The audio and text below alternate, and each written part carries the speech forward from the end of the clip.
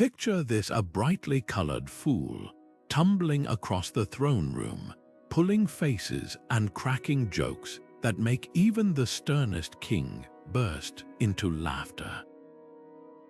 But here's the twist: that jester wasn't just there to entertain. Behind the painted smile and the jingling bells, they were one of the most trusted spies in the royal court. Welcome to the shadowy world of medieval jesters, where laughter was the perfect disguise for a far deadlier game. These weren't just clowns, they were master manipulators, trained to listen, observe, and report secrets that could topple kingdoms. How did they pull it off? Think about it: who would suspect the fool? While nobles guarded their words around advisors and diplomats, they let their guard down around the court jester.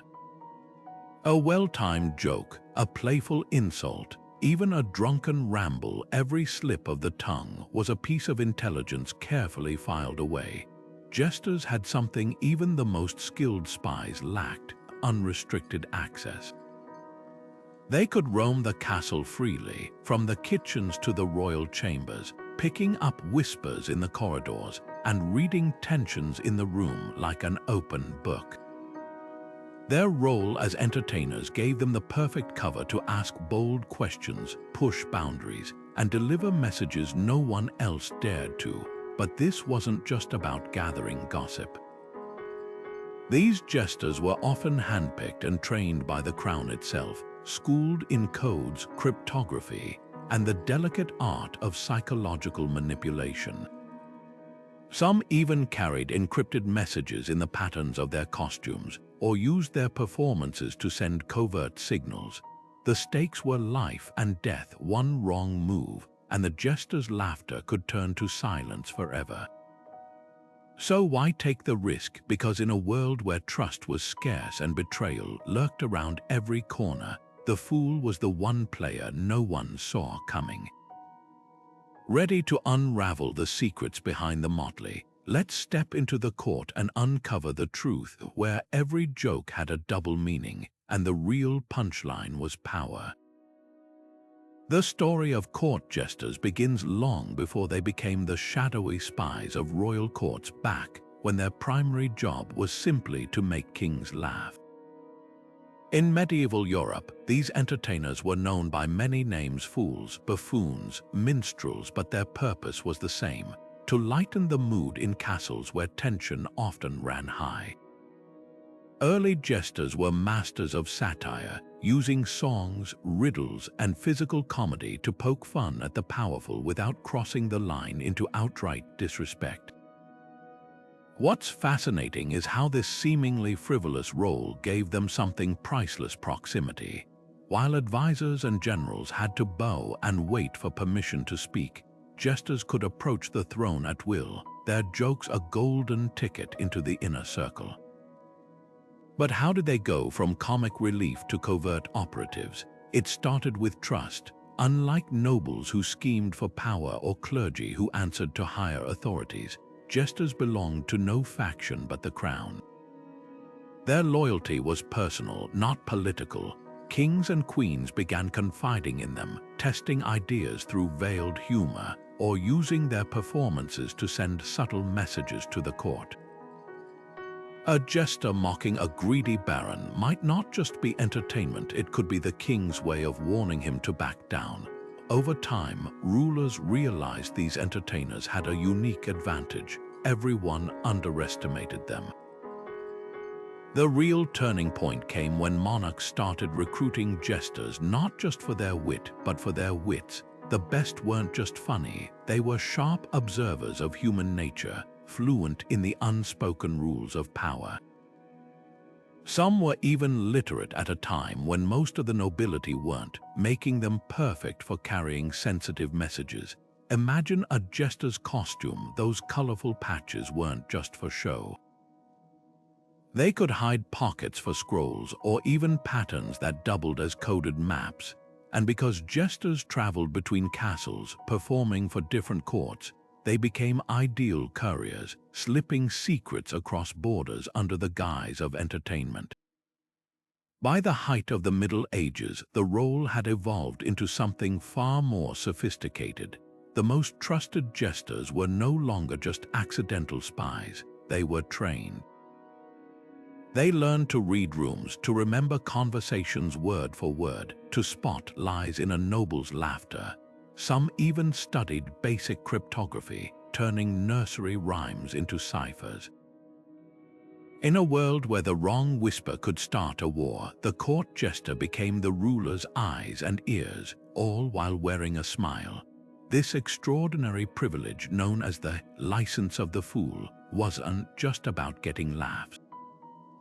It was a carefully crafted loophole in the rigid hierarchy of medieval power.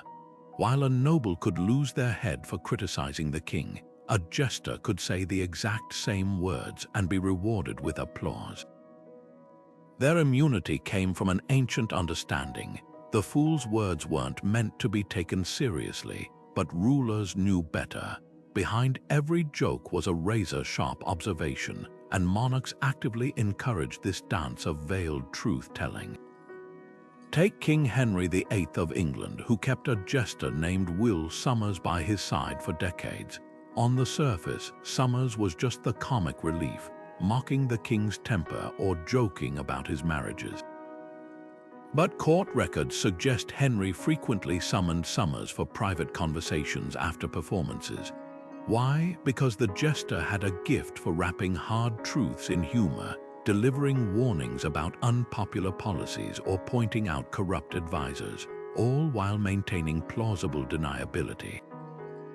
If challenged, Henry could simply say, "Pay no mind, it's just the fool babbling." This immunity extended beyond words. Jesters could cross physical boundaries too. While guards barred weapons at the throne room door, no one patted down the jester's bells for hidden daggers or scrolls. Their costumes, garish and oversized, were perfect for concealing everything from stolen documents to poison antidotes. And because they were considered beneath notice, jesters often witnessed private moments. A duke whispering to a mistress, a general nursing doubts about a battle plan. The court's greatest weakness, assuming the fool wasn't paying attention, but this privilege came with peril. A jester's protection lasted only as long as their patron's favor. The moment a joke cut too deep or a secret was mishandled, the consequences were brutal. History records jesters who disappeared after uncovering treason, or worse, were executed as scapegoats. Their immunity was a double-edged sword. It gave them access but made them expendable. That's why the smartest jesters mastered the art of survival, balancing truth with discretion, knowing the line between useful and dangerous shifted like castle shadows. What made them so effective wasn't just their license to speak, it was their ability to listen. While nobles postured and clergy preached, jesters studied. They remembered which lords flinched at the mention of taxes, which ladies traded favors, which knights drank too much and talked loosely. Every slip of the tongue, every nervous laugh was a piece of the puzzle. And when the time came, they could weaponize that knowledge not with a dagger, but with a well-timed jest that exposed secrets without ever breaking character. The real genius, making the court laugh while it betrayed itself. The transition from court entertainer to master spy wasn't accidental, it was a calculated education. Behind the laughter and pratfalls, jesters endured training that would rival modern intelligence operatives. Think of it as a medieval spy academy, where the curriculum included everything from advanced rhetoric to the subtle art of reading micro-expressions. These weren't just performers, they were psychological profilers, trained to spot a nervous twitch or a forced smile across a crowded banquet hall. Language was their first weapon. Many jesters were fluent in multiple tongues, a rarity in an era when most nobles barely spoke Latin. This linguistic prowess let them eavesdrop on foreign diplomats or intercept coded messages hidden in seemingly innocent songs. Some even mastered regional dialects, allowing them to blend in during travels or mimic accents to disarm suspicions. A jester humming a French tune might actually be rehearsing encrypted coordinates for a troop movement. Then came the theater of deception. Every pratfall, every exaggerated gesture was rehearsed to precision, not just for laughs, but to create distractions. While the court roared at a jester's mock duel, few noticed his nimble fingers lifting a letter from a distracted lord's pouch. Their performances were psychological experiments designed to provoke reactions. A joke about treason might reveal who in the room laughed too quickly or not at all. Even their drunken antics were often acts, lowering guards so marks would spill secrets to someone they assumed wouldn't remember. But the most surprising skill in their arsenal, combat. Historical accounts describe jesters trained in dagger work and acrobatics, not just for show. Those tumbles and flips doubled as evasion techniques, and many carried slim blades hidden in costume props. After all, a jester who uncovered a plot couldn't always rely on the king's protection. Their survival depended on escaping ambushes in castle corridors or defending themselves during accidental tavern brawls. The real masterstroke was their training in cryptography. Some jesters used musical patterns to encode messages, turning nursery rhymes into military orders. Others employed visual codes. The arrangement of bells on their hat could signal troop numbers, while the colors of their patches indicated safe houses. A famous example involves a jester in the court of Emperor Maximilian I, whose seemingly nonsensical riddles were later decoded as warnings about an impending coup. What made them truly formidable was how they weaponized perception. While knights trained for open battle, jesters perfected the art of invisible warfare. A well-timed joke could destabilize a rival faction more effectively than a sword. A carefully placed rumor disguised as drunken gossip might turn allies against each other. Their greatest strength wasn't just what they knew, it was making sure no one else knew they knew it. In the shadows of the throne room, where power was a game of whispers, the jester wasn't just a player. They were the chessmaster. Imagine a jester twirling in the center of the throne room, singing a silly song about 3 blind mice, except the mice aren't rodents at all. Their enemy generals and their locations are hidden in the rhyme's meter. This was the genius of medieval jesters, turning entertainment into an encrypted language. Their performances weren't just art, they were living, breathing ciphers, where every stomp of a foot or exaggerated wink could be a signal to waiting operatives. Take the case of Roland the Jester, who served Duke Philip of Burgundy in the 15th century. His signature trick involved juggling colored balls while chanting nursery rhymes. To the court, it was child's play, but those balls, red, black, and gold, matched the livery colors of rival factions. The order in which he dropped them hinted at shifting alliances. And when he accidentally hit a nobleman in the head with a red ball, that was no mistake. It marked the man as a traitor in contact with enemy agents. Songs were especially powerful tools. A jester could improvise lyrics about a farmer's lost sheep during a feast, while those in the know heard directions to a hidden supply cache.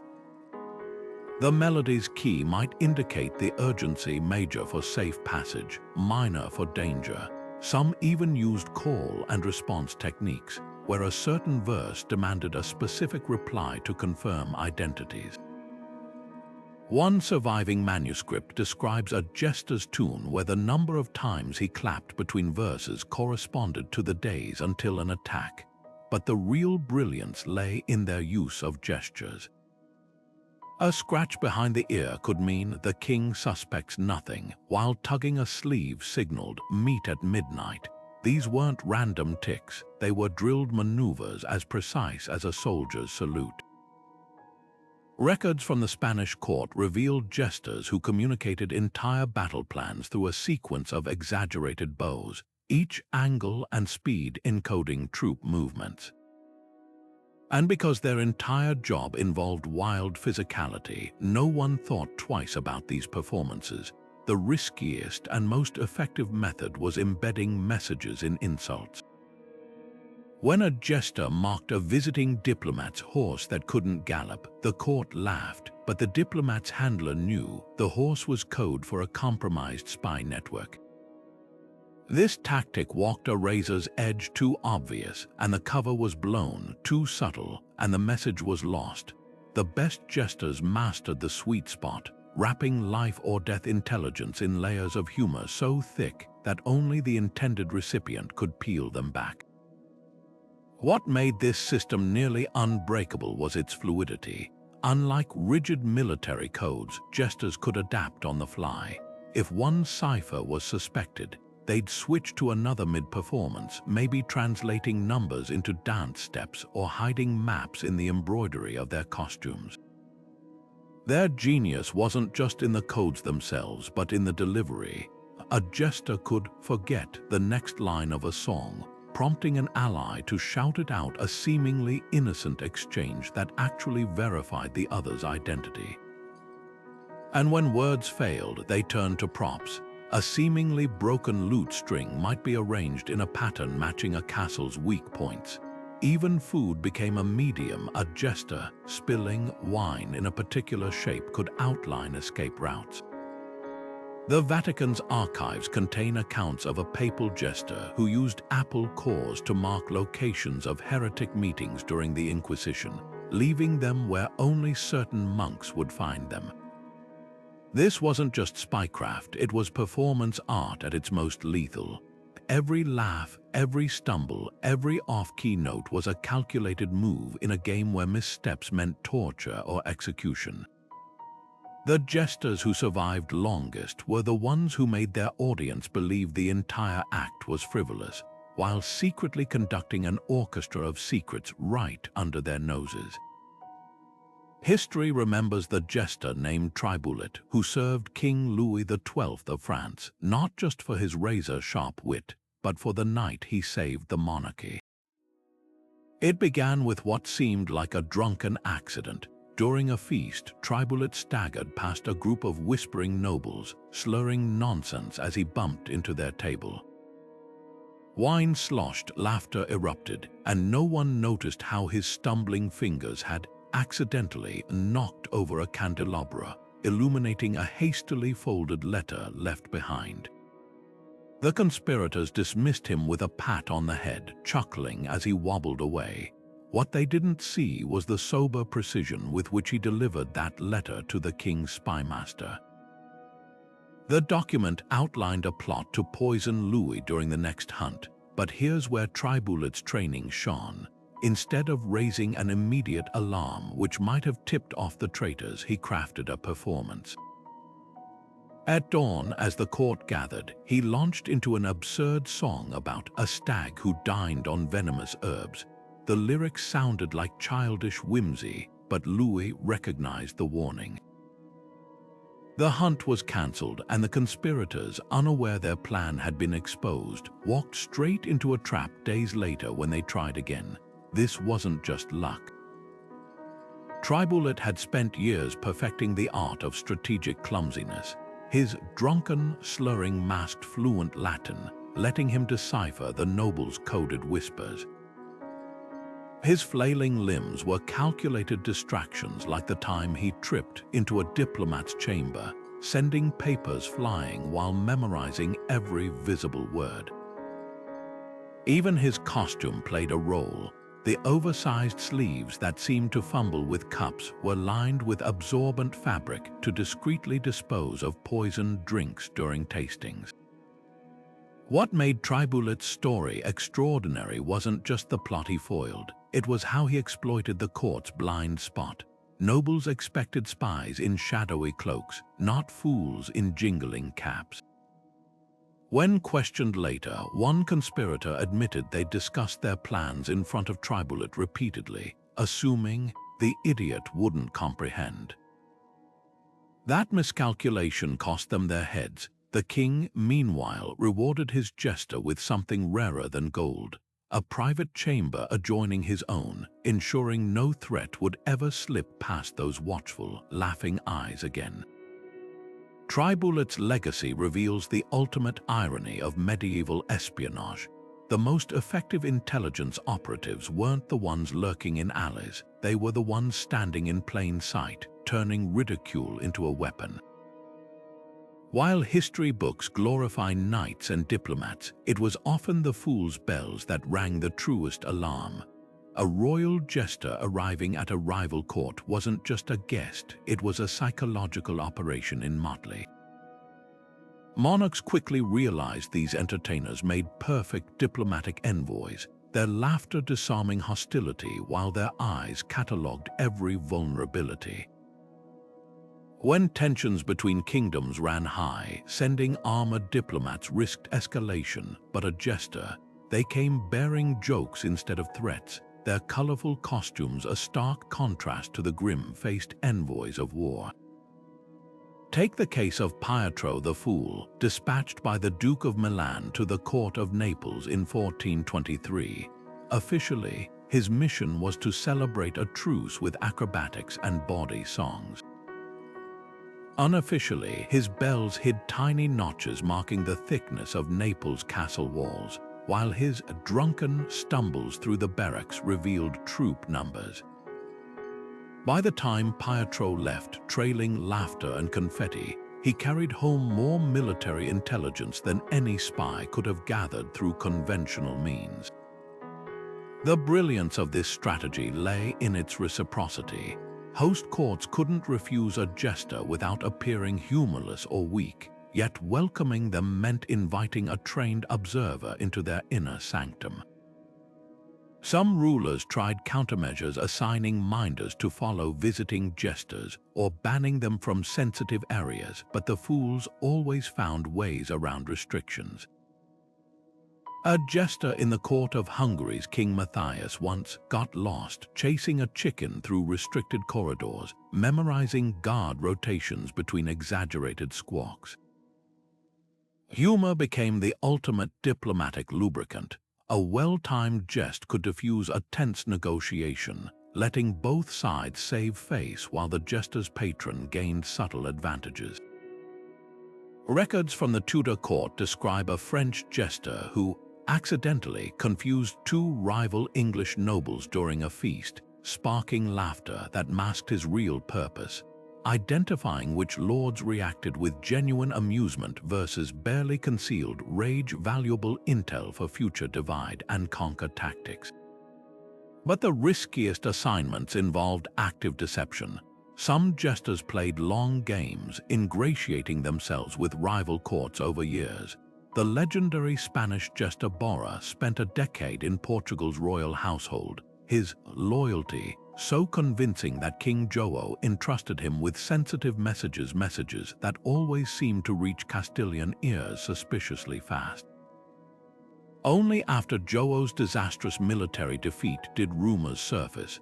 Borja's signature trick, flipping coins that never landed as predicted, had been a metaphor for his entire persona. What made these missions so effective was the dual-layered trust they exploited. Host courts believed their guest jesters were politically neutral, bound only to their art. Meanwhile, the sending monarch knew the fool's true allegiance never wavered. This double blind allowed jesters to operate in plain sight, their mobility unmatched by traditional spies. While most envoys were confined to stiff ceremonial roles, jesters flitted between kitchens and throne rooms, picking up whispers from servants and nobles alike. The ultimate testament to their value, how fiercely courts competed to acquire the best. When Holy Roman Emperor Frederick III borrowed a renowned Bavarian jester in 1468 and refused to return him, it nearly sparked a war. The incident revealed an open secret. In the shadow games of medieval statecraft, a master jester was worth 100 knights. Their ability to map a rival's weaknesses through laughter, to turn performance into penetration made them the ultimate hybrid of diplomat and spy, all while making sure the world never stopped underestimating them. The bright colors and jingling bells masked a grim truth for every jester who thrived in the shadows of power. Another met a swift and silent end. While their immunity protected them from punishment for mockery or insults, the moment a fool was caught gathering secrets, that protection vanished like smoke. Historical records tell of jesters who fell ill after dining with suspicious nobles, their final performances ending not with applause but with convulsions. Others simply disappeared mid-tour, their empty chambers scrubbed clean before dawn as if they'd never existed. Take the fate of Rigaud, a jester serving the Duke of Savoy in the late 1400s. For years, he'd played the drunken simpleton, slurring nonsense while memorizing troop movements whispered between courses. But when a visiting count recognized Rigaud's mistaken lyrics as coded warnings to rebel factions, the jester's fate was sealed. Witnesses described his last show a macabre pantomime where he joked about rats in the dungeon, only for guards to drag him to those very cells hours later. By morning, the court had a new jester, and Rigaud's name was never spoken again. The danger wasn't just from foreign courts. Even loyal monarchs sometimes sacrificed their jesters to maintain deniability. When Queen Isabella of Castile's favorite fool uncovered a plot among her own advisors, she publicly dismissed his warnings as the ravings of a madman. Privately, she acted on his intelligence, but when the conspirators demanded proof, the jester was handed over for execution. His sacrifice preserved the Queen's plausible innocence while eliminating the threat. This brutal calculus revealed the harsh reality. Jesters were both weapons and expendable pawns in the Game of Thrones. Survival required more than wit, it demanded razor-sharp instincts. The smartest jesters developed tells to recognize danger, like noting which servants suddenly avoided eye contact or which wines were poured from special flasks. Some carried antidotes sewn into their collars, while others perfected the art of the preemptive confession, admitting to minor crimes to distract from greater ones. A famous example comes from the Habsburg court, where a jester named Kurtz saved himself by loudly confessing to stealing the emperor's favorite dog.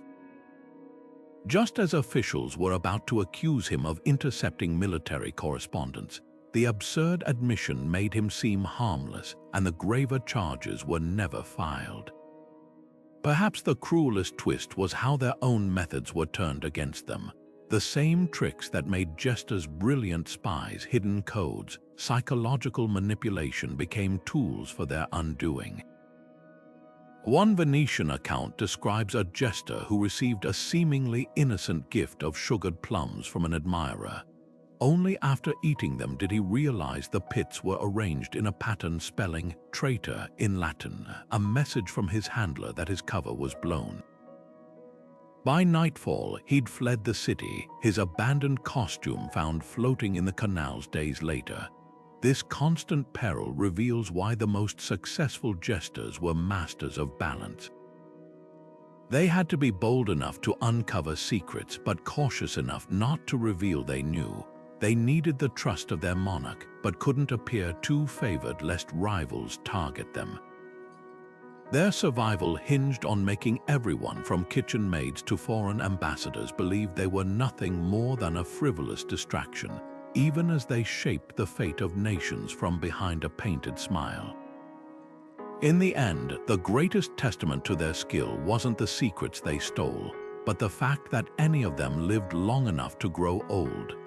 History often paints jesters as men in motley, but scattered records reveal a hidden sisterhood of female fools who turned society's expectations into their greatest advantage.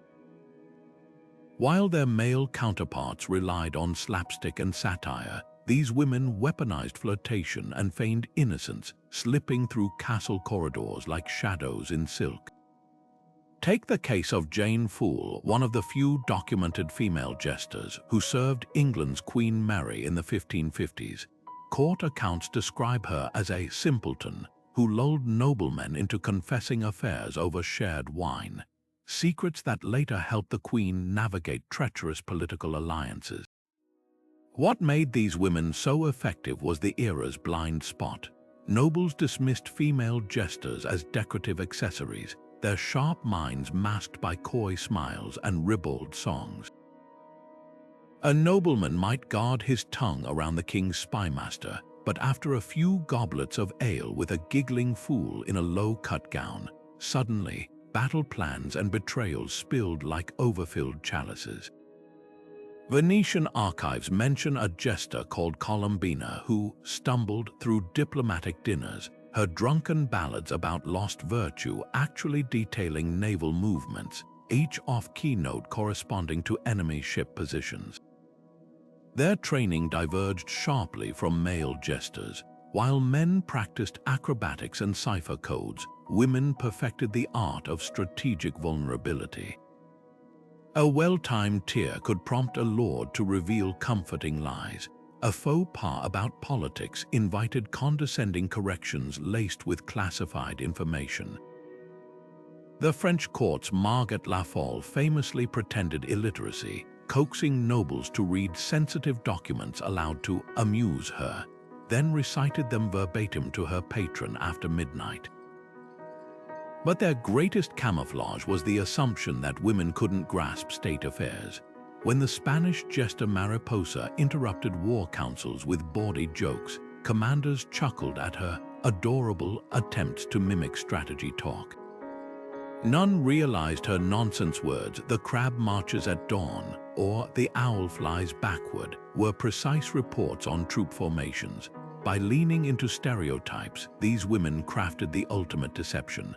The court saw only what it expected to see, while secrets piled up beneath their petticoats. The risks they faced were uniquely gendered. Male jesters might be beaten for insolence, but female fools navigated threats of assault alongside espionage dangers. Some carried needle-thin daggers in their hair ribbons. Others cultivated protectors among the guards as both allies and sources. Their legacy is fragmented, many names lost intentionally, but the cracks in history they slipped through speak volumes. In a world that prized women's silence, these laughing spies proved the most subversive words often came disguised as entertainment. On muddy battlefields where armored knights clashed, the jesters' bells rang just as loud as swords, but their true impact was far quieter. While kings and generals planned sieges, these motley-clad operatives slipped between enemy lines with a dangerous cover story. They were just there to entertain. A traveling jester could wander into an opposing camp without arousing suspicion, their songs and juggling acts earning them a warm meal and, more importantly, unfiltered access to the enemy's weakest points. Consider the campaign of 1487, when Burgundian forces laid siege to a Flemish stronghold. For weeks, the defenders held firm, until a wandering fool named Klaus stumbled into their midst, begging to perform for scraps. His antics lightened the mood of weary soldiers, but what they didn't notice was how his random tumbles always happened near the granary or armory. Days later, when Burgundian arrows rained down precisely on those storage sites, no one connected the dots to the jester who'd vanished at dawn. Their value went beyond simple reconnaissance. A skilled jester could manipulate morale as deftly as they gathered intelligence. Before the Battle of Ravenna in 1512, the famed jester Gonella infiltrated French ranks, spreading drunken gossip about Spanish troops being weakened by dysentery. The French, emboldened by this false confidence, attacked recklessly and walked straight into a trap. Meanwhile, Gonella had already slipped back to his own side, his act of sowing disinformation complete. The most brilliant part, their methods were self-erasing. Unlike captured spies who might break under torture, jesters left no physical evidence. Their reports were memorized rhymes or embedded in improvised performances. One account from the 30 Years' War describes a jester who forgot the lyrics to a song during a feast, prompting Allied officers to shout out phrases that secretly confirmed enemy positions. By morning, the entire exchange was just another drunken memory in the minds of those who'd participated, but the risks were unparalleled. If a jester's act faltered even slightly, their fate was grimmer than any soldier's. The chronicles of Henry V mention a fool called Patch who was caught sketching fortifications in the dirt with his toe during a performance. The English didn't just execute him, they sewed him into a sack with fighting roosters and threw him into a river, a warning to others who might abuse the fool's privilege. What made them indispensable wasn't just their ability to gather secrets, but to shape the battlefield itself. A well-timed joke could spark mutiny in enemy ranks. A satirical song might turn public opinion against a prolonged siege. They were the original psychological warfare experts, proving that sometimes the sharpest weapon in an army's arsenal wasn't a blade but the laughter that made everyone drop their guard. The golden age of the jester-spy couldn't last forever. As Europe staggered out of the Middle Ages and into the Renaissance, the chaotic, personality-driven courts that had nurtured these motley operatives began to vanish. Kings no longer ruled through sheer force of will. They relied on sprawling bureaucracies, standing armies, and professional diplomats. The same governments that once whispered secrets to a trusted fool now demanded ledgers, treaties, and formal spy networks. Jesters found themselves edged out by a new breed of intelligence agents, cipher experts who wrote in invisible ink instead of rhyming couplets, and ambassadors who carried sealed credentials rather than coded jokes. But this shift wasn't just about changing tactics, it was a transformation in how power worked. Renaissance rulers prized predictability over the jester's chaotic brilliance. Why rely on a fool's improvisation when you could deploy trained cryptographers? Why risk a jester's drunken slip when you could hire assassins with no ties to the court? The very qualities that made jesters exceptional, their unpredictability, their blurring of roles, became liabilities in an era obsessed with control. Yet their disappearance wasn't sudden. For decades, jesters clung to relevance by adapting. Some became masters of ceremony, their spycraft disguised as entertainment for foreign dignitaries. Others transitioned into more respectable roles, like the former jester in Florence who reinvented himself as a cryptographer, teaching nobles the same cipher techniques he'd once hidden in bawdy songs. A few even infiltrated the new intelligence services. Records from Elizabethan England mention a master of revels who trained actors as spies, applying jester techniques to Shakespearean troops traveling abroad. Their most enduring legacy, though, lives on in the tools they pioneered. Modern intelligence agencies still use variations of the jester's tricks: dead drops disguised as trash, signals hidden in public art, even humor as a psychological weapon. During World War II, British operatives dropped fake "lucky" playing cards on German trenches, a direct descendant of the jester's coded props, and that ancient art of reading a room. Today's hostage negotiators call it micro-expression analysis, but the principle is the same: spot the lie behind the smile. Perhaps the greatest irony is how thoroughly history underestimated them. While jesters vanished from throne rooms, their methods became the foundation of espionage. The next time you hear about a viral meme exposing government corruption or a comedian's satire revealing corporate secrets, remember, the fools never really left. They just traded their bells for new disguises. A well-aimed joke could topple a nobleman faster than any army.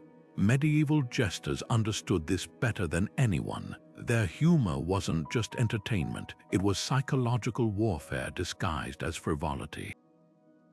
Picture a banquet where a duke preens about his battlefield glory, only for the jester to launch into a song about the brave lord who tripped over his own sword. The court roars with laughter, but the damage is done. That moment of ridicule lingers, eroding the duke's authority long after the feast ends. What made these verbal daggers so effective was their precision. Jesters didn't just mock, they weaponized truth. A pointed rhyme about a bishop's secret lover or a skit exposing a tax collector's greed could turn public opinion overnight. Unlike outright accusations which might spark defiance, humor slipped past defenses. People remembered the joke long after they'd forgotten the sermon. The Holy Roman Emperor Frederick II reportedly kept a jester whose foolish impressions of visiting diplomats revealed their true intentions, mockery as a lie detector test. This power terrified the powerful. Chronicles from the French court described nobles bribing jesters to avoid being their punchlines, while others hired rival fools to retaliate with counter-jokes. It was an early form of information combat where laughter decided reputations. When King Henry IV of Castile faced rebellion, his jester didn't need a sword. He circulated a catchy tune comparing the rebels to braying donkeys led by a blind mule. The insult stuck, demoralizing the opposition so thoroughly that half the forces deserted before battle. But the real genius lay in plausible deniability. If challenged, a jester could always shrug, "It's just a jest," or while the barb festered in its target's mind. The Italian court fool Gonella once destroyed a corrupt advisor's career with a single riddle. What's the difference between a serpent and Lord Vittorio? One sheds its skin to hide its nature. The advisor demanded punishment, but the Duke merely chuckled and quietly stripped Vittorio of his titles weeks later. This psychological manipulation reached its peak during succession crises. A jester's silly commentary about a prince's incompetence or a queen's suspicious new favorite could shape dynastic outcomes. When the Duke of Burgundy's heir proved unfit to rule, the court jester bypassed diplomatic niceties with a brutal pantomime, stumbling around the throne room wearing an oversized crown, miming drunkenness. The message was unmistakable, and the succession plan changed within days. The fear they inspired wasn't just about embarrassment. In an era when honor was currency, a jester's satire could bankrupt a reputation. Records from the Papal States tell of a cardinal who abandoned his power grab after a jester's song about the fox in holy robes became street vendor gossip across Rome. Even the church's censors couldn't suppress verses sung by fruit sellers and fishmongers. Yet the best jesters knew when to pull their punches. The same fool who eviscerated corrupt lords might shield vulnerable servants with diverting antics. This careful balance between cruelty and mercy kept them indispensable. A jester who only destroyed would be feared but not trusted. One who occasionally protected gained something rarer: genuine loyalty from those below the throne. Their legacy endures in modern propaganda techniques. The political cartoonist's pen, the late-night host's monologue, even viral memes mocking dictators, all descend from the jester's tradition of dressing truth in laughter's armor.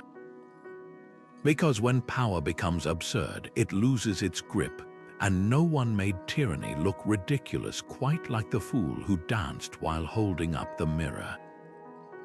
Tribulat's legend casts a long shadow, but he was far from alone in the pantheon of jester-spies who shaped history. Take Will Somers, the sharp-tongued fool who served Henry VIII of England for over 3 decades.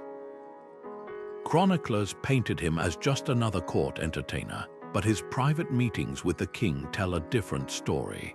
When Henry's marriage to Anne Boleyn began crumbling, it was Somers who delivered a jest about queens who lose their heads, a veiled warning that historians now believe referenced intercepted letters between Anne and potential conspirators. The king's laughter that day masked a chilling calculation, and weeks later, Anne's fate was sealed.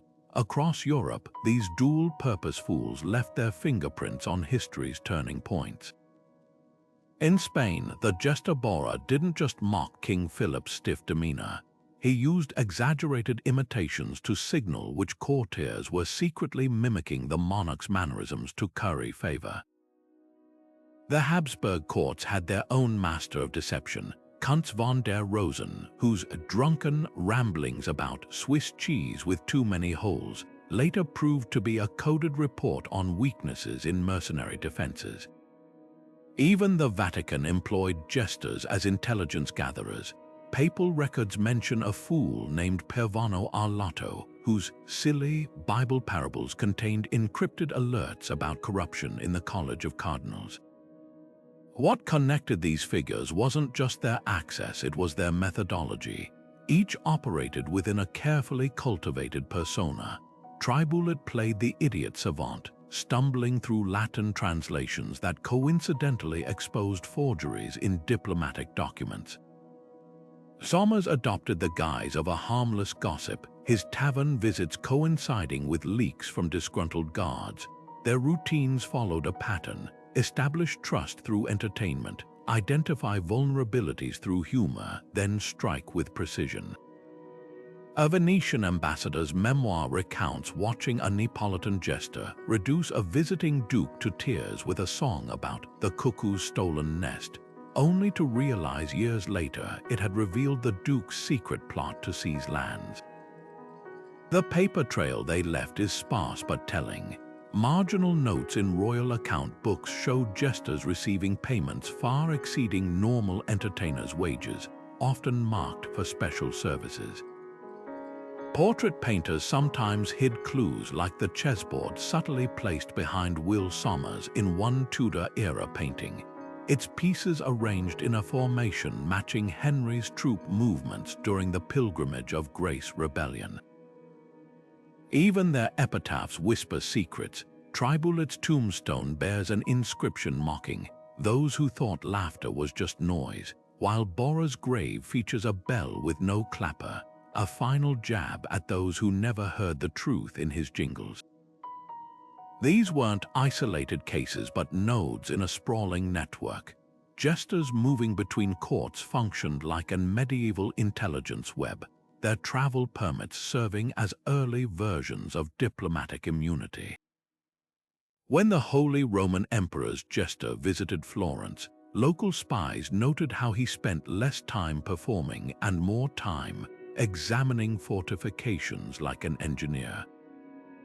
French archives contain letters between kings referring to certain fools as "our cousins," a previously overlooked code for trusted operatives.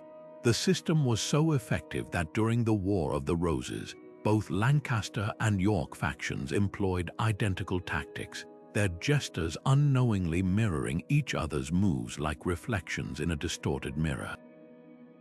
What emerges from these fragments is a portrait of Renaissance espionage that predates modern agencies by centuries.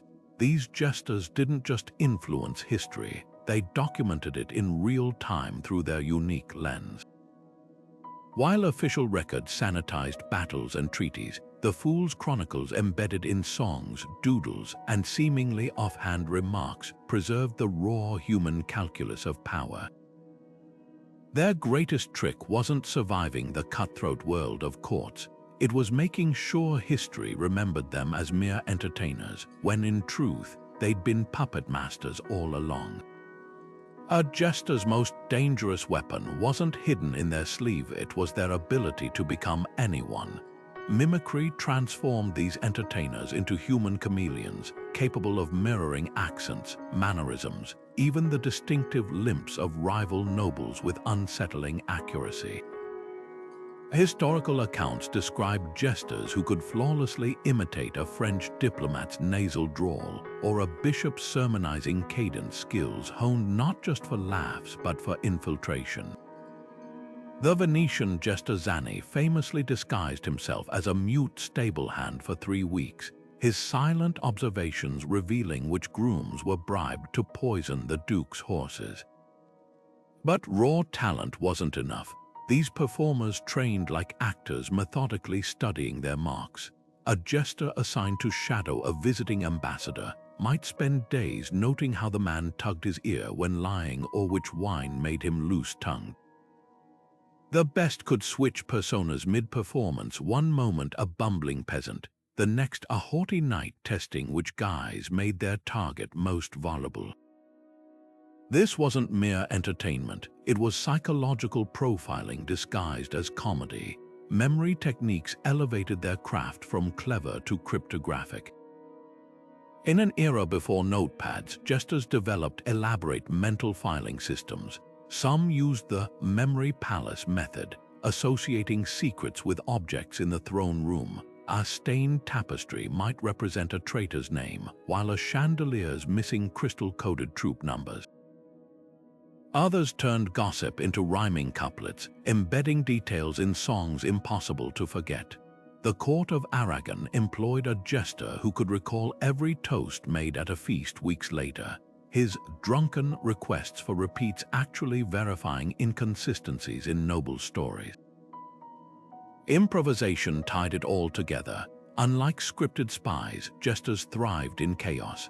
When a Bavarian duke unexpectedly demanded his jester perform for suspected rebels, the quick-thinking fool launched into a tale about the bear who forgot his lines, buying time to assess the room while appearing merely incompetent. This skill became vital when loyalties shifted like sand. A jester praising a rising noble might pivot mid-joke if their monarch's subtle cough signaled disapproval, turning flattery into satire without missing a beat. Their training methods sound almost modern. Young jesters practiced by eavesdropping on marketplace arguments, reconstructing dialogues verbatim. They played games where slipping out of character meant punishment, like the French court's infamous banquet of lies, where trainees had to spot falsehoods in drunken nobles' ramblings.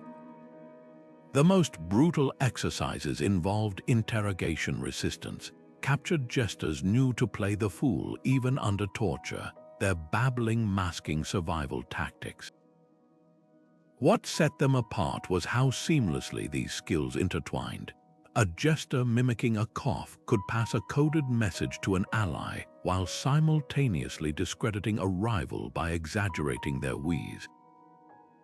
Their performances became multi-layered operations, entertainment for the crowd, intelligence gathering for the crown, and psychological manipulation for specific targets. In the hands of masters like Triboulet or Will Sommers, every pratfall was reconnaissance, every punchline a payload. The true genius lay in leaving no trail. While other spies relied on compromising documents, the jester's toolkit existed solely in their mind and muscles. No burned papers could expose them, no confiscated cipher break their network. Their bodies became living, breathing vaults of secrets, ones that laughed in your face while remembering every word you said. The jester's bells rang just as loudly in cathedral corridors as they did in royal courts. While some fools delighted in skewering corrupt priests with bawdy satire, others formed shadowy partnerships with religious spies, turning the church into another chessboard for their covert games. Consider the case of the papal jester known as Fra Buffon, whose drunken rendition of a hymn during a Vatican banquet actually contained coded warnings about a plot to poison the next Medici pope. The clerics laughed, but the Pope's spymaster listened, and the conspirators were arrested before dessert was served. This dance between jesters and the church was a delicate one. On one hand, their mockery of greedy bishops or hypocritical monks could destabilize rivals with devastating efficiency. A jester in the court of Burgundy once performed a skit where Brother Hogg sold indulgences from a sausage cart, a joke that spread like wildfire through peasant villages, undermining a local abbot's authority so thoroughly he was recalled to Rome within months. Yet the same fools who lampooned clergy might also carry encrypted psalms for underground Protestant networks, or use carnival processions to smuggle forbidden texts past Inquisition checkpoints. The key to their success, exploiting the Church's own blind spots. While cardinals guarded against solemn-faced heresy hunters, they rarely suspected the fool tumbling down the aisle with a bladder on a stick. Spanish archives mention a jester who accidentally dropped a basket of rotten fruit during a grand procession, distracting guards long enough for Huguenot sympathizers to exchange treasonous letters. Others used religious parody as cover. The infamous Mass of the Drunken Priest, performed in Bavarian taverns, was actually a recruitment ritual for anti-Habsburg dissidents, complete with coded responses masquerading as drunken slurring. Some of history's most fascinating holy espionage revolved around female jesters. The nun jester Sister Beatrice of Avignon, officially a holy fool, permitted to mock convent rules, secretly documented which bishops visited the abbey's wine cellar too frequently.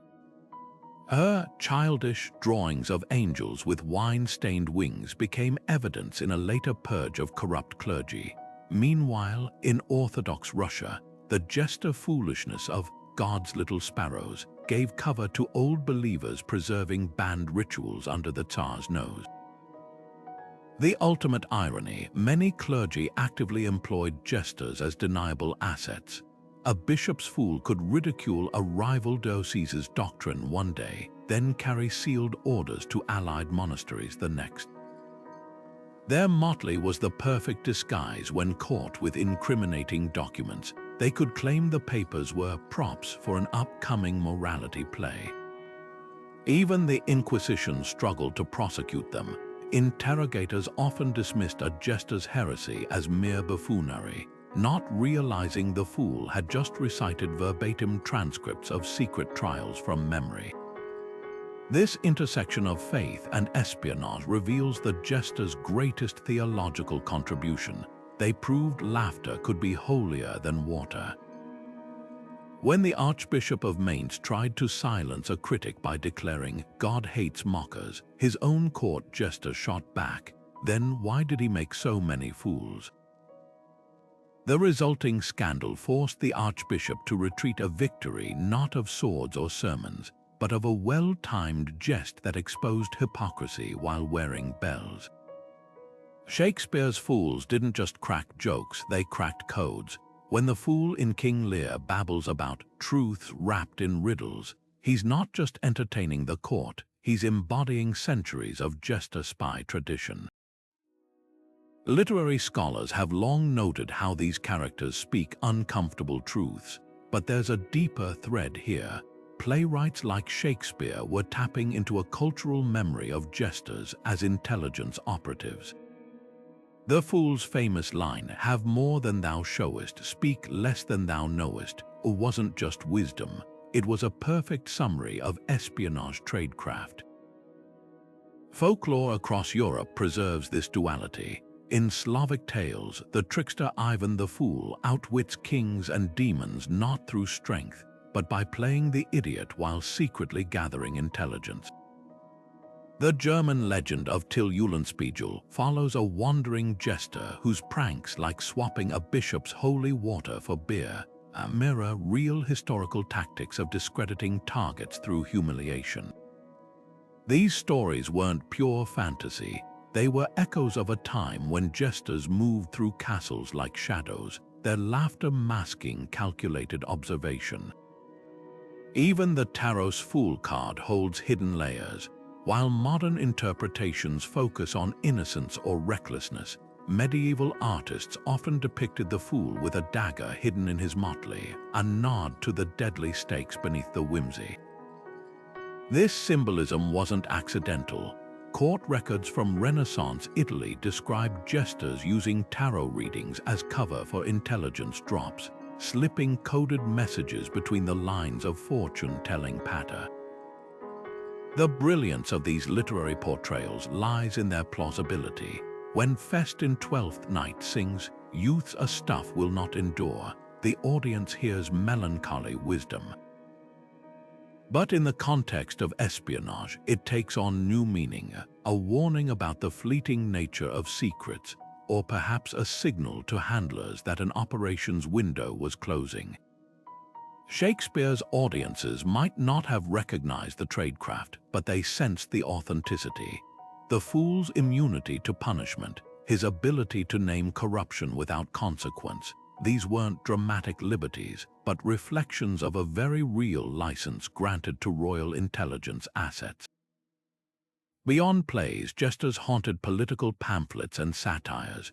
During the English Civil War, mocking, fools' prophecies circulated underground, their absurd verses actually containing troop movements and coded rallying points. The tradition endured for centuries. Napoleon's spies later reported that Prussian resistance groups were using jester puppet shows to coordinate, with specific gestures indicating safe houses. What makes these depictions so enduring is their psychological truth. Whether in King Lear or a peasant folktale, the jester's power comes from society's collective understanding that laughter disarms, that mockery can topple thrones, and that sometimes the best way to hide a secret is to dress it in bells and shout it from the rafters. The stories survived because they rang true, not as fiction but as veiled history. When we watch Lear's fool vanish from the play without explanation, we're witnessing more than a dramatic exit. We're seeing the final trick of the jester-spy, disappearing before anyone realizes how much they've truly seen. Becoming a royal jester wasn't just about memorizing jokes, it was a grueling apprenticeship that would put modern spy schools to shame. Young recruits, often plucked from orphanages or peasant families for their sharp wit, endured years of training under master jesters who doubled as spy masters. Their days began before dawn with physical conditioning. Tumbles and acrobatics weren't just for entertainment, but to build the agility needed to escape tight spots. A misplaced somersault could mean a broken bone, but a poorly executed escape from a suspicious noble's chambers could mean a broken neck. The real curriculum unfolded behind closed doors. Trainees practiced sleight of hand until they could palm a sealed letter mid-handshake or switch two identical-looking goblets, one poisoned, one safe, without a flicker of hesitation. They studied cryptography by turning nursery rhymes into ciphers, embedding troop numbers in the syllables of drinking songs. A surviving training manual from 15th century Florence describes an exercise where apprentices had to reconstruct an entire conversation after hearing it once, then identify which details were likely lies based on the speaker's posture and tone. Social engineering was their masterpiece. Masters would stage elaborate ruses, impersonating foreign diplomats to test a pupil's ability to mimic accents, or planting drunken nights in taverns to see if the trainee could extract secrets without raising suspicion. The most brutal lessons came from failure. One account tells of a promising apprentice in Burgundy who laughed too genuinely at a duke's joke, exposing that he understood the court's native Flemish and blowing his cover as a simpleton. His punishment, a week in the stocks, where he was forced to improvise jokes for passing merchants while the master critiqued his composure under pressure. Every performance was a field test. A juggling routine might conceal a memory exercise, with each tossed ball representing a different noble's vice to recall later. Singing competitions weren't about vocal range, but about embedding messages in improvised verses. Even the classic fool's errand, being sent to fetch non-existent items, was actually reconnaissance training, teaching jesters to map castle layouts and guard rotations while appearing harmlessly lost. The final exam was a months-long infiltration. Apprentices were sent to neighboring courts with forged papers, their mission to return with actionable intelligence, perhaps the state of grain stores hinting at coming famine, or the exact placement of a rival king's bedchamber relative to secret passages. Those who succeeded earned their motley. Those who failed were rarely seen again. The lucky ones merely washed out to become traveling entertainers. The unlucky. Well, as the old jester's proverb went, the quickest way to silence a bad spy is to let him play the fool. This merciless training produced operatives of frightening versatility. A fully trained jester could read a room like a battlefield, spotting alliances in who laughed at which jokes, or sensing tension in the way a countess adjusted her fan. Their humor was calibrated weaponry. A joke about the earl who counted his sheep twice might remind an indebted noble exactly who held his financial records. Even their costumes were tactical, with bells positioned to mask the sound of unfolding maps or tearing parchment. The most chilling detail, we only know about the training that failed. The techniques of the jesters who succeeded remain as hidden today as they were in the throne rooms of Europe, because the best spies leave no manuals behind. The motley cloak of a jester sparked fiery debates in medieval halls. Was their deception a necessary art or a betrayal of honor? While knights swore oaths to serve with blade and shield, jesters wielded laughter as their weapon, blurring the lines between loyalty and trickery. Chroniclers of the time painted vivid contrasts. Where a knight's valor was measured in open combat, a jester's success hinged on secrets whispered between punchlines. This divide mirrored a deeper tension in medieval ethics, the conflict between the chivalric ideal of transparency and the shadowy pragmatism of statecraft. Consider the case of Sir Gawain and the Green Knight, where Arthur's court prized honesty above all. Yet in that same era, kings quietly relied on jesters to uncover plots no knight could breach. The dichotomy was stark. Nobles who recoiled at the thought of lying in battle applauded when a fool deceived enemies of the crown. Even the church wrestled with this moral puzzle. St. Thomas Aquinas himself debated whether holy deception could be justified, a question that echoed in confessional booths when jesters sought absolution for their espionage. The defense most often cited necessity. In a world where assassins slipped poison into chalices and rebellions fermented in shadow, jesters argued their methods were the antidote. A 15th-century treatise from the University of Padua compared them to surgeons. Sometimes cutting was kinder than allowing the rot to spread. Their supporters pointed to lives saved, the jester who averted war by exposing a forged treaty, or the fool whose drunken ballad warned a city of impending attack. By this logic, their dishonesty served a higher truth, the survival of the realm, but critics saw only hypocrisy. The same nobles who laughed at a jester's antics might execute a commoner for far lesser deceit.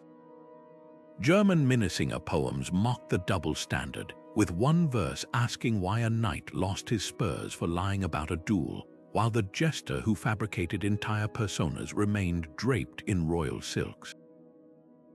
Even some monarchs struggled with the contradiction. Holy Roman Emperor Charles V reportedly banished his favorite fool after realizing the man had manipulated him into executing an innocent advisor through harmless gossip. The most fascinating perspective comes from the jesters themselves. Fragmented writings suggest many grappled with their role.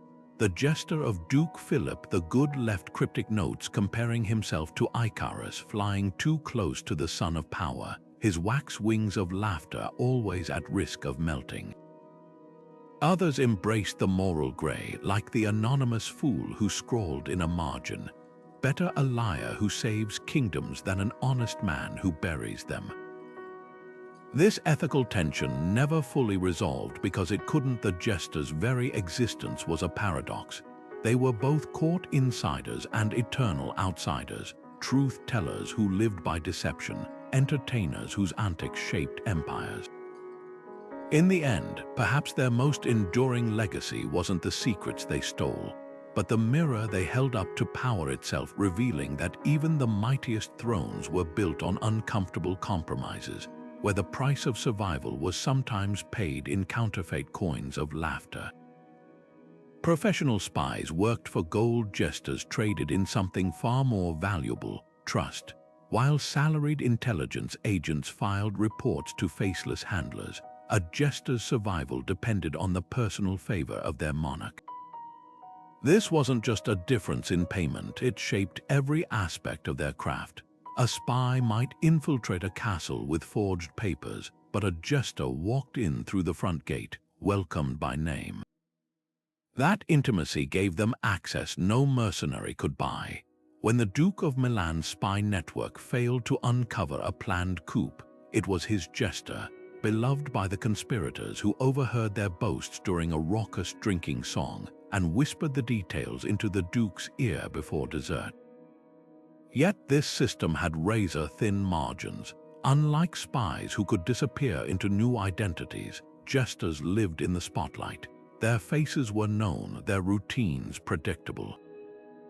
A captured spy might be ransomed, but a jester caught betraying their patron faced creative punishments, like the unfortunate fool in Bohemia who was sewn into a bear skin and hunted by dogs after leaking troop movements.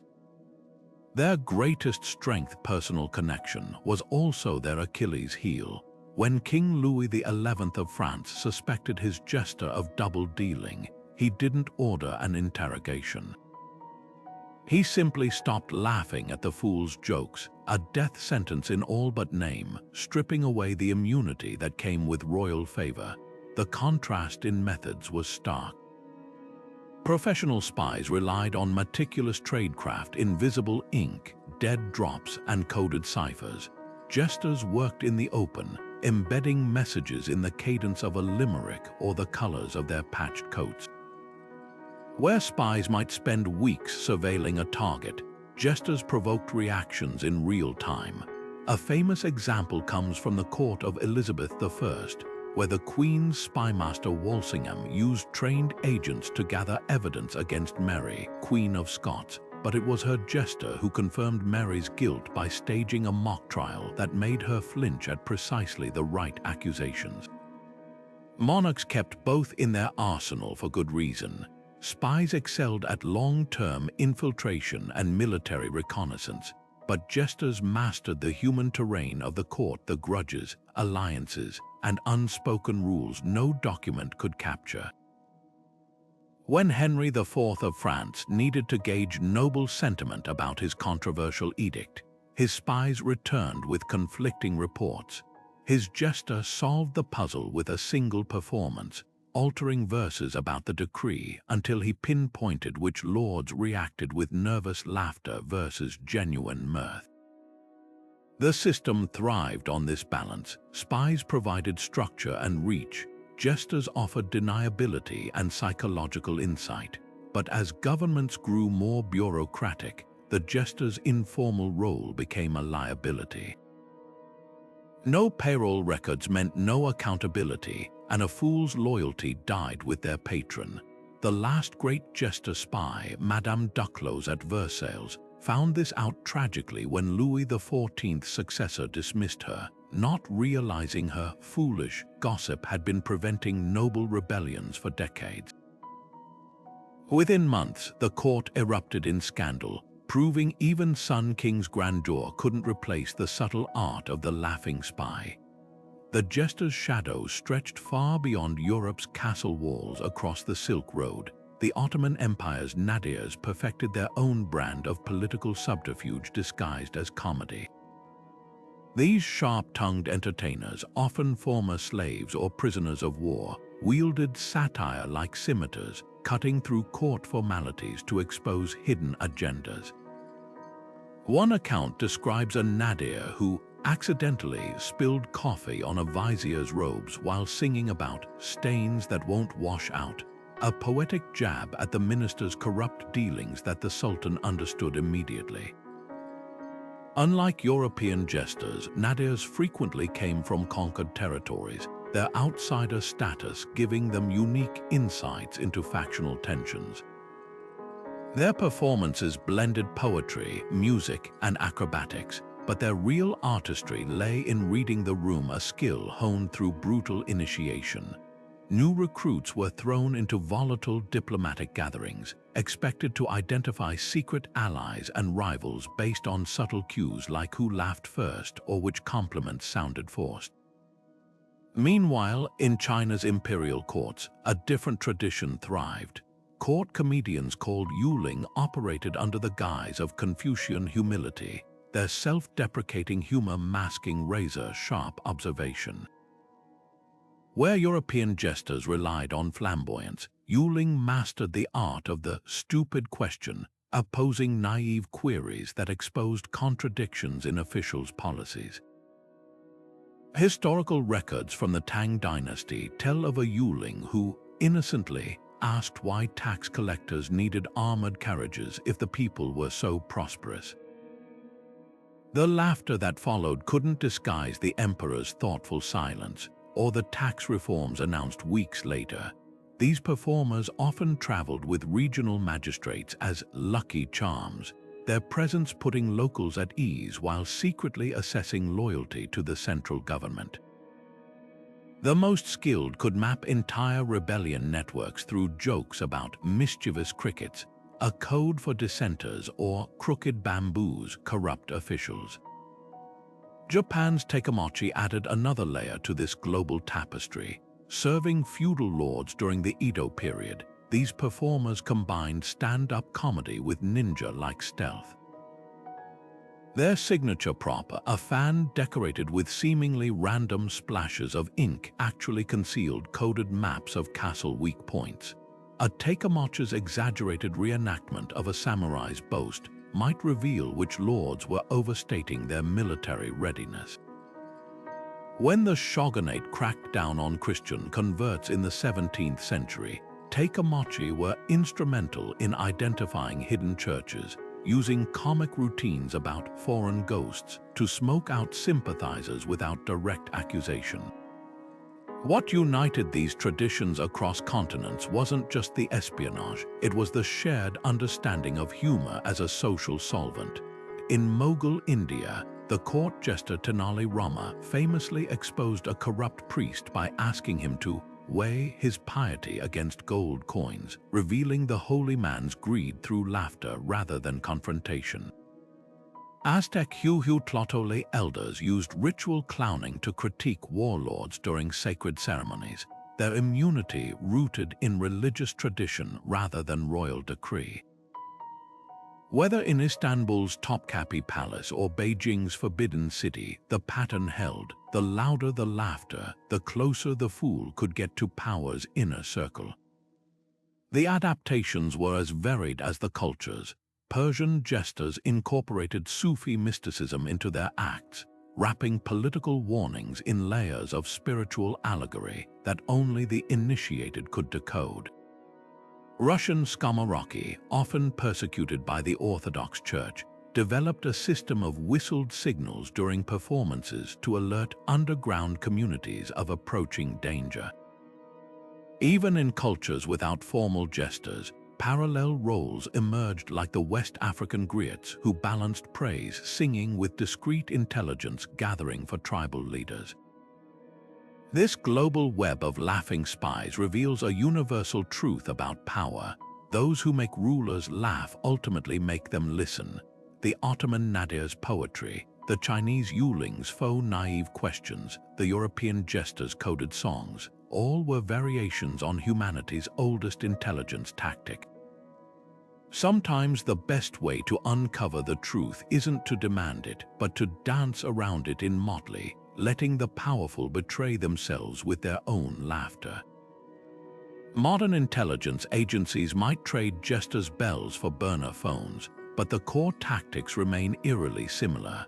The CIA's Mirth Mobile program during the Cold War, where agents posed as traveling circus performers, directly echoed medieval jesters infiltrating enemy courts under colorful disguises. Today's cyber operatives have simply digitized the fool's playbook. Hackers now deploy clowning techniques, burying malicious code in absurd meme chains or disguising phishing attacks as parody social media accounts. One notorious Russian operation targeted Ukrainian officials with fake clown college invitations, a tactic straight out of the Jester's handbook, where laughter disarms suspicion before the strike. Psychological warfare units have taken notes from Jester's mastery of humor as weapon. The Pentagon's Non-Lethal Weapons Directorate once explored using stand-up comedy recordings to demoralize insurgents, mirroring how Renaissance jesters crushed rebel morale with satirical songs. Online troll farms weaponize absurdity just as jesters did, flooding forums with nonsense to overwhelm adversaries or using ridicule to discredit targets. When a Belarusian opposition leader was smeared with doctored videos of him drunkenly singing folk songs, it was a 21st century twist on the old jester trick of framing enemies through staged antics. Even corporate espionage has adopted the jester's art of misdirection. Tech companies now train employees to spot humor-based social engineering, like a fake comedian interviewing staff at a bar, only to steer conversations toward trade secrets. Parallels are uncanny. In 1524, a Medicide jester posing as a street performer had similarly extracted banking techniques from a rival family's drunk accountant. Modern cybersecurity drills even include fool simulations, where red team hackers adopt jester-like personas to test an organization's vulnerability to charm and distraction. The most profound legacy, though, lies in the philosophy of deception. Jesters understood that the best lies contain kernels of truth, a principle now enshrined in intelligence tradecraft as controlled revelation.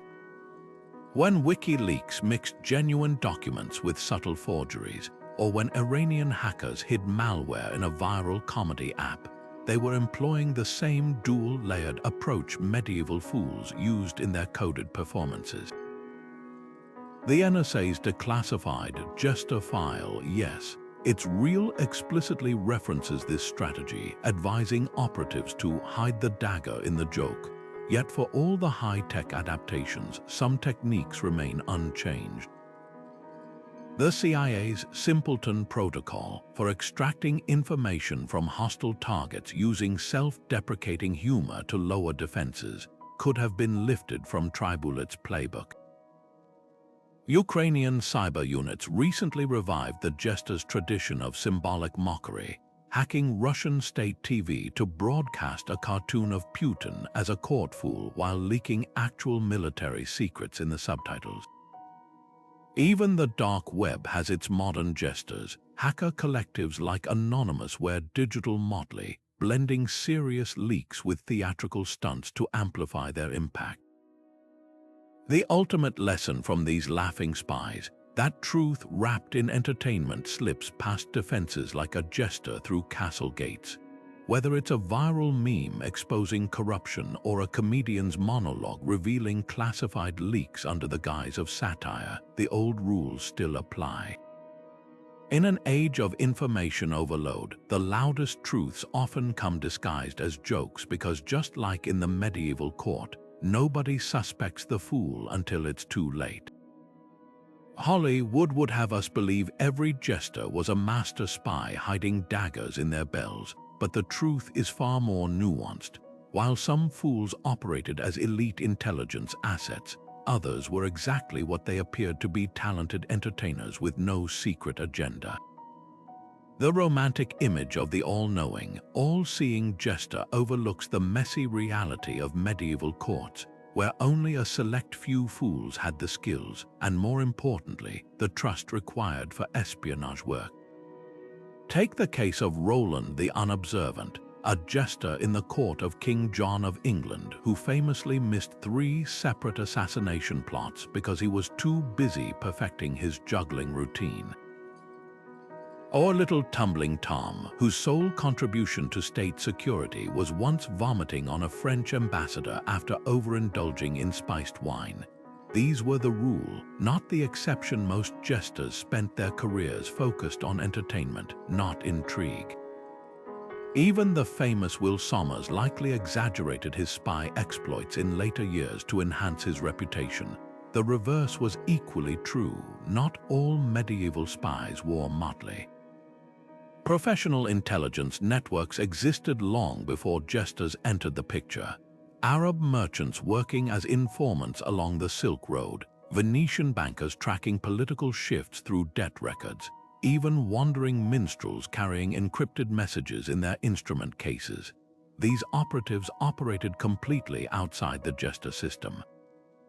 The Knights Templar maintained an elaborate spy network across Europe using coded pilgrimage routes, while Byzantine emperors employed eunuch chamberlains as discreet observers in royal bedrooms.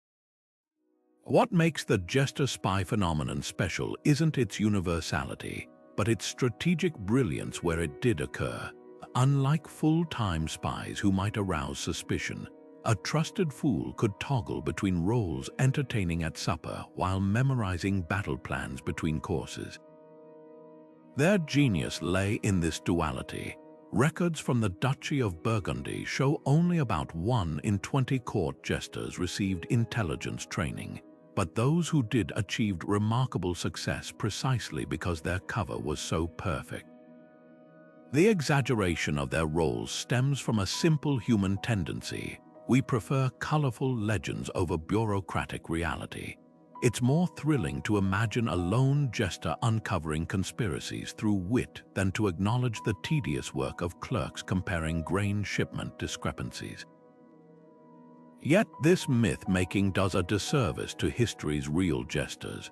Their true accomplishment wasn't being fictional super spies, but navigating an impossible tightrope, making rulers laugh while subtly steering power's currents, whether they carried secrets or simply survived through sharp observation.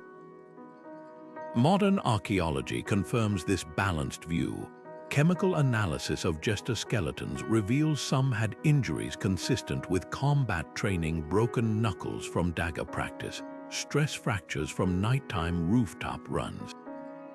But just as many show only the bad knees and arthritis expected from lifelong physical comedy, the variation tells the real story, a profession with many specialties where espionage was just one possible path. Perhaps the most telling detail comes from wardrobe inventories. While some jesters' costumes contained hidden compartments or cipher-embroidered linings, others were just garish outfits stained with wine and food, the medieval equivalent of a clown's grease paint. This physical evidence mirrors the documentary record.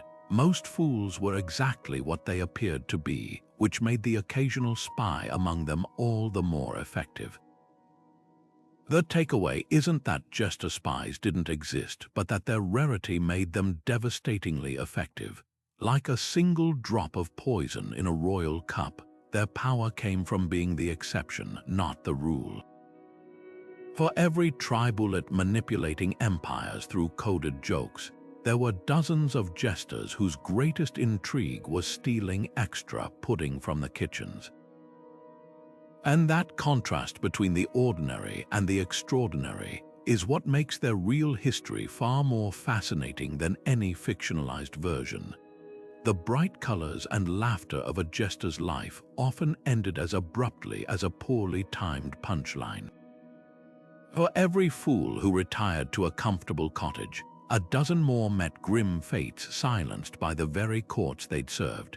The lucky ones, those who received a small plot of land or a pension, like King Louis XII's jester, who was gifted a vineyard after 30 years of service. But these were exceptions in a profession where survival was never guaranteed, and gratitude from rulers was as fleeting as the fashion for striped hose. Consider the fate of poor Garnella, the legendary jester of Ferrara.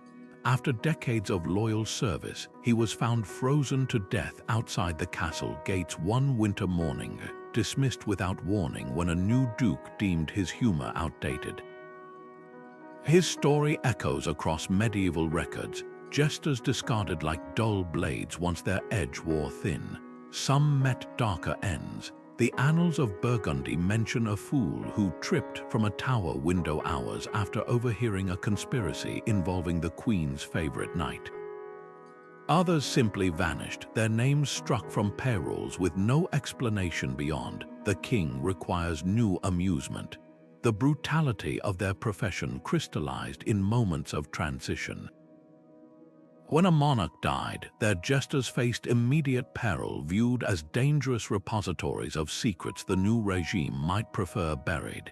Henry VIII's court papers revealed payments to transport his father's aging jester to a distant monastery within days of taking the throne. The Venetian Republic took this further, legally requiring all state-appointed fools to be retired, a euphemism for quietly drowned upon the Doge's death to ensure no embarrassing anecdotes survived. Yet some jesters turned the tables on their expendability. The cunning Bora of Aragon, sensing his patron's favor waning, deliberately botched performances for visiting nobles while whispering to his duke about their reactions, proving his continued value as a human lie detector. Others hedged their bets by cultivating relationships across power structures. Sister Beatrice, the nun jester of Avignon, survived 3 papal transitions by ensuring every cardinal's household contained someone who found her holy foolishness endearing. The cruelest twist was how their skills betrayed them in the end. A lifetime of reading rooms meant aging jesters couldn't unsee the calculations in their patrons' eyes when their jokes landed flat. The memoirs of a Castilian scribe describe watching a once brilliant fool desperately adding vulgarity to his act as his mind faded, while the young king's courtiers placed bets on how long until he'd be replaced. Even in decline, their training held many exited the stage with final acts of calculated defiance. One Saxon jester, informed of his dismissal, responded by releasing a cage of rats during the Duke's wedding feast with a shout of "Let the new entertainment begin." Their ephemeral legacy lingers in the margins of history. While knights got tombs and poets got laurels, most jesters left behind only cryptic entries in household accounts: "To the fool's burial, 6 pence," or "For a new motley coat, the old being unfit for any purpose." Perhaps that was the final joke, that those who shaped history through whispers and laughter were themselves so easily erased. Yet in their fleeting careers, measured not in decades but in the narrow gap between a monarch's whim and their own mortality, they proved even the brightest colors could be washed away by the tides of power. Beneath the laughter and jingling bells, jesters carried secrets to their graves quite literally. Recent archaeological digs have unearthed tombs that shatter the myth of these entertainers as mere fools. In the shadowy corners of a Bavarian churchyard, researchers discovered a jester's skeleton buried with unusual honors, his bones arranged on a bed of herbs typically reserved for nobility, but with a twist. Hidden beneath his ribcage lay a hollowed-out walnut shell containing a scrap of vellum, its surface etched with symbols matching cipher patterns found in a nearby duke's private correspondence. This wasn't a random trinket, it was a spy's dead drop preserved for centuries. Similar finds across Europe paint a startling picture. A grave in Normandy yielded a jester's staff with a detachable head inside. A compartment held a lock of hair wrapped around a slip of parchment listing names and dates. Forensic analysis revealed the hair matched a countess implicated in a failed coup, while the dates aligned with her secret meetings. Even the stitching on the jester's buried motley told a story. Infrared scanning revealed faint ink traces forming a map of castle tunnels, invisible to the naked eye but vital for covert movement. The most damning evidence comes from dental analysis. A skeleton excavated near Prague showed unusual wear patterns on the teeth, grooves consistent with holding thin metal plates, likely for deciphering coded messages.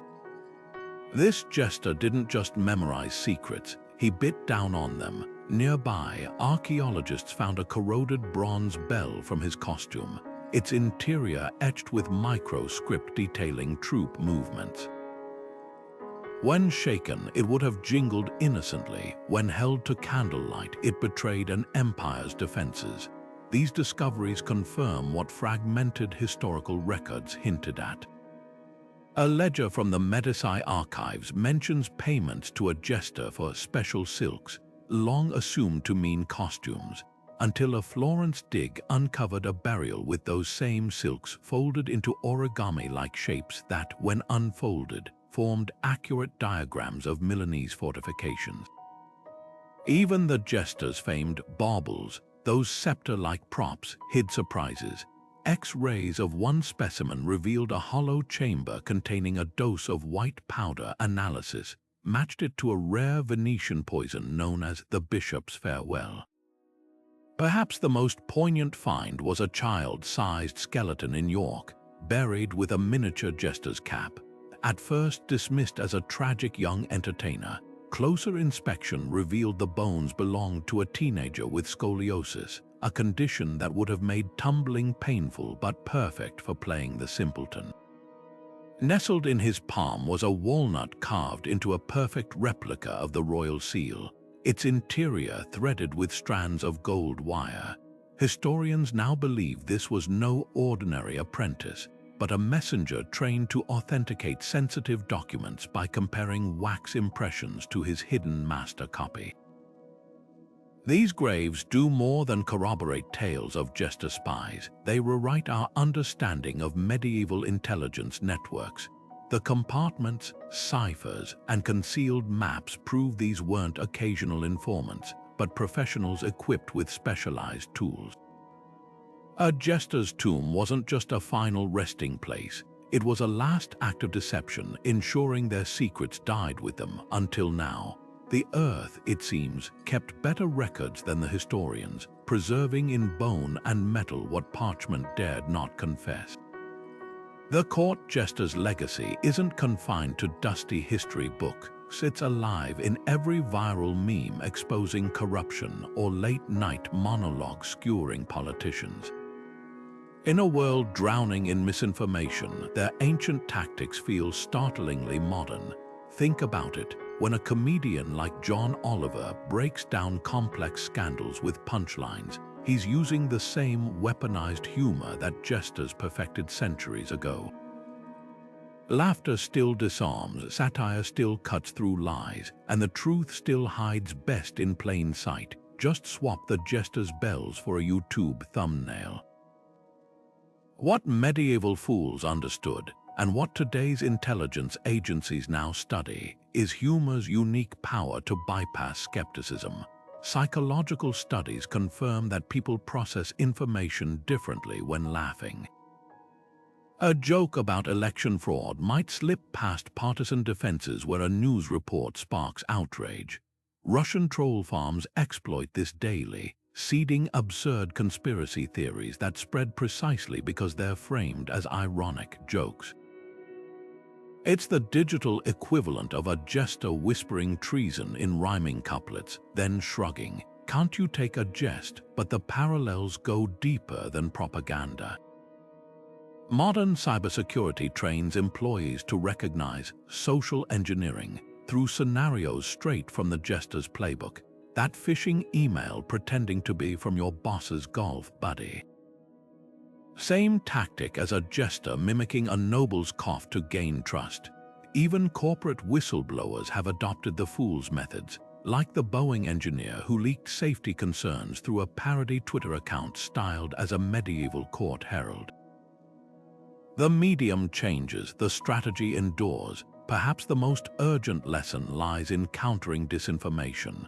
Jesters didn't just spread secrets, they inoculated courts against manipulation by exposing hypocrisy through ridicule. Today's fact-checkers could learn from their subtlety.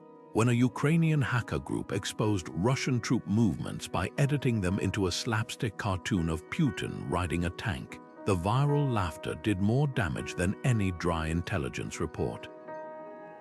The jester's rule holds: make the lie ridiculous and truth becomes its own punchline. Yet this weapon cuts both ways. The same techniques that topple dictators can destabilize democracies. QAnon's absurd, deep state narratives thrive because they're wrapped in layers of ironic detachment, a dark mirror of how jesters once used absurdity to veil truths. The difference: medieval monarchs controlled their fools, while today's digital jesters answer to no one. The solution might lie in reviving the jester's ethical code. Their immunity came with limits. Mockery had purpose, not malice. Modern platforms struggle with this balance, censoring satire while amplifying hate. Imagine if social media algorithms, like wise kings, rewarded humor that exposed corruption without destroying common ground. Ultimately, the jester's greatest gift was perspective.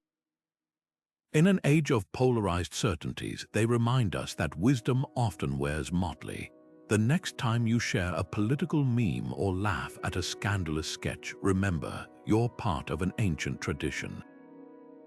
The bells may be digital now, but the dance continues. Truth still hides behind laughter, and power still fears the fool who knows too much. From the shadows of the throne room to the bright glow of modern screens, the jester's legacy proves one timeless truth: the most dangerous secrets often wear a smile. These masters of deception didn't just entertain kings, they rewrote the rules of power, turning laughter into a weapon and frivolity into a cloak for revolution. What makes their story so compelling isn't just the audacity of their espionage, but how it forces us to reconsider who really held influence in medieval courts. Behind every crown's glittering facade, it was often the fool's whispered insights that steered kingdoms away from ruin or toward vengeance. Consider how their techniques echo in today's digital arenas. A viral meme mocking a corrupt politician operates on the same principle as a jester's satirical song. Both disguise sharp truths as entertainment to bypass our defenses. Modern whistleblowers who leak secrets through parody accounts or encrypted comedy sketches are the spiritual heirs of those motley-clad spies, weaponizing absurdity to expose what straight reporting cannot. Even the way disinformation spreads online mirrors the jester's craft.